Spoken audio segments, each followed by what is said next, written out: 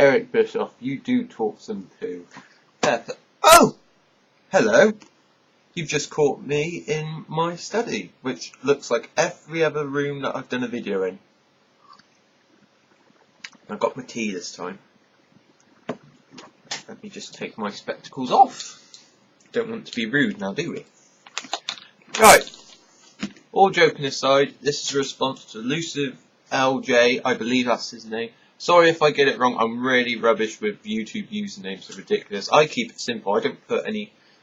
Like some people put I'm different, sorry. But this is his roster challenge, WWF, WWE roster challenge. Basically, pick a superstar from 85 all the way down to 2010 to make an ultimate roster. So, let's get off. 85, I chose Roddy Piper. I mean, good heel, great heel even, perhaps one of the best heels of all time. His in-ring work is passable, easily a main event caliber, could have been world champ. 86, I chose the Macho Man Randy Savage. In my opinion, when he was Intercontinental Champion, he was doing his best work. He had Miss Elizabeth with him, he was against Ricky Steamboat and George the Animal Steel and all the... You know, it was helping him become a credible main eventer in the near future. 87, I chose Ricky Steamboat, who I just mentioned with Macho Man. I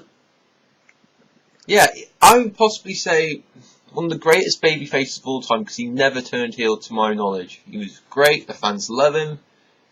One of the greatest wrestlers of all time. If you watch that Ricky Steamboat DVD, you know what I'm on about. So, yeah. Mr. Perfect from 88. He was AWA champion. He was Intercontinental champion. He's a good main event mid-carder. Because I haven't just gone for main eventers, I've gone for mid-carders as well, as you'll see as I progress. But a great talent. Another great talent, 89, I chose Dusty Rhodes, the American Dream. He was there for a short spell. What's to say about Dusty? Perhaps the greatest promo man in the business ever. And, you know, he could just get that electricity flowing from the crowd, which is always essential. From 90, I got The Undertaker. Need I say more? From 91, Jake the Snake Roberts. Jake the Snake Roberts. Wherever I see Jake the Snake Roberts, I think, why wasn't that man given a title? It could have been World, it could have been IC, it could have been Tag Team. I don't care. He was always in storylines. WWE, why didn't you never give him a title? Baffles me to this day. Could have been huge. Because he was the darkest heel they had. He was the most sinister heel they had in around 91, 92. And 92 chose the Nature Boy, Ric Flair. Won the Royal Rumble that year, coming in number 3. Won the world title twice that year. Yes, he won it twice that year. A great match for Macho Man. You could put on a great match with anybody you could put him in the ring with, except probably Giant Gonzalez, but we won't get into that. 93, I chose Bret Hart. The Hitman, one of the greatest wrestlers of all time. Charisma-wise, not so good. But, you know, if you want a solid main event mid-carder, that's what I would use Bret for. Possibly if you use Mr. Perfect. 94, picked Bret's brother, Owen. Now, Owen Hart, we all know the tragic story of Owen Hart, but what a talent. Great wrestler. Great promos. Great charisma. He was just into everything he does. Just brilliant. Everything they gave him, he would run with it. Even Blue Blazer, he gave it his all there, which was rubbish and led to his demise, unfortunately. 95, I chose Shawn Michaels, the Heartbreak Kid. It was around here he turned face, and you know he was putting on great matches, as we know, with Razor Ramon and Bret Hart. He did face Bret Hart for a while, and Diesel and Jeff Jarrett and all these guys.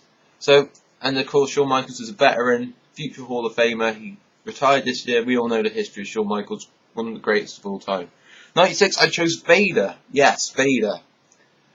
Now, Vader was WCW champion. When he went to the WWE, it felt like he never got what he truly deserved. Yes, he made an event at SummerSlam, but of course Shawn Michaels was a prick back then and screwed it over for Vader, in my opinion. Great match. Vader was a great wrestler.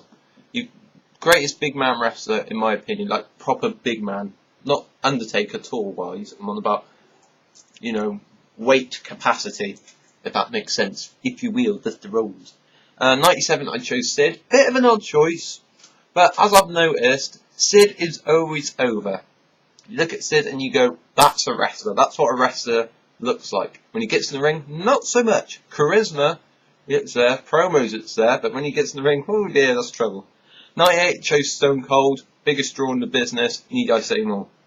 99, I chose Goldust. Yes, to help establish my mid-card division. Goldust, I always felt, was the start of the Attitude Era being born, with the whole Hollywood gimmick and whether he's gay or he's not gay, and he had that feud with Jerry Lawler about it, which was fantastic. And he could bring out the best in his, like, you could develop Goldust in so many ways. It just made for a more interesting character, I felt. 2000, I chose Eddie Guerrero, one of the greatest wrestlers of all time. And 2000 was my favourite year because he was with China. He was doing the whole Mamacita gimmick, and it was just hilarious to me. 2001, I chose Rob Van Dam.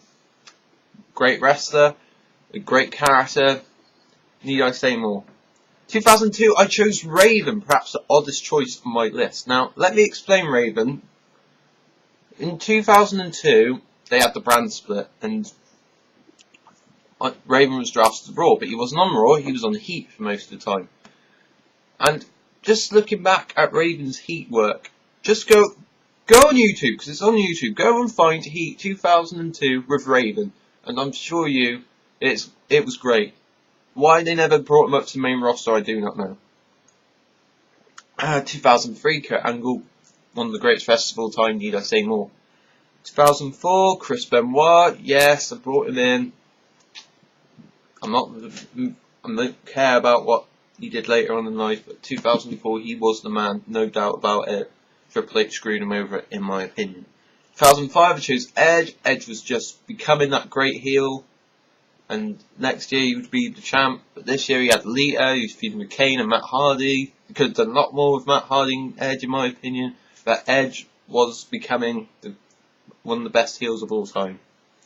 2006, I chose Jeff Hardy. You know, I'm not a big fan of Jeff Hardy, never will be, sorry.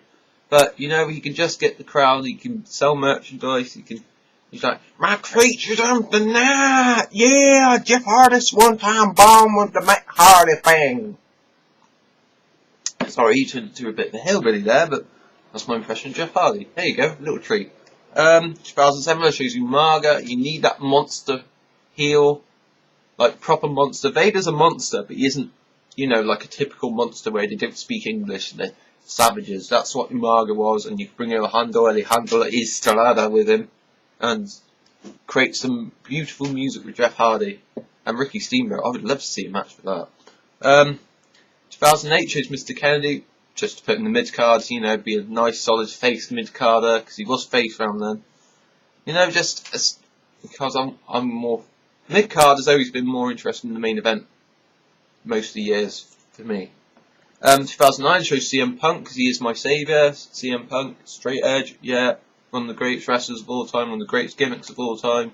And it's easy because straight edge works great as face and great as heel.